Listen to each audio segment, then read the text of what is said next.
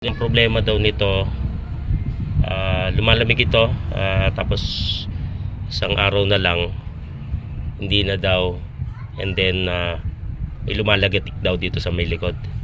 So ito po ay na-check ko na kanina yung ating overload, yung may black and white na yan, and then yung relay na-check ko na rin po. So buo naman po yung dalawa, no?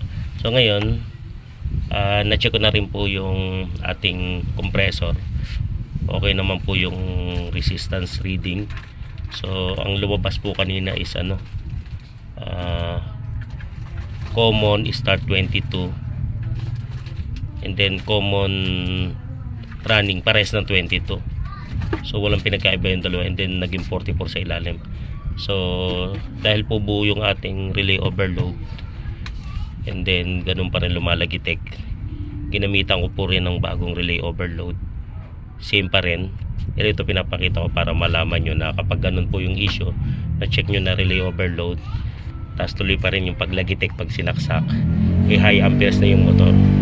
So hindi na po talaga yan aandar, uugong lang siya, and then pag nadetect ni overload, makakat yung kuryente. So yun po yung naririnig yung lagitik, magdi-disconnect and then magko-connect. So kinapitan po natin ng tester, clamp tester para high ampere. So pag sinaksak to, makikita nyo papalo dyan mataas ang amperahe. So pakisaksak nga para ma-check. So pag lagitik ng lagitik, kapag hindi relay at overload ang may sira, especially sa overload, high amperes na po yung ating compressor. Kung mapapansin nyo, 4.53, umuugong lang siya. So yan, habang umuugong 4.45 ang reading niya, and then maya maya pag nadetect yun, nawala na, kaya nag 0-0 na, kasi nadetect na ni overload may abnormality. So nakat na yung kuryente, kaya nag 0-0. So pag sumuplay uli ang kuryente, magraran uli yan, tapos ang lalabas dito high amperes. So ganun lang po, basic tip lang po para po alam po na ninyo kung anong sira, kung relay ba, overload or compressor. So ito compressor na po, high amperes.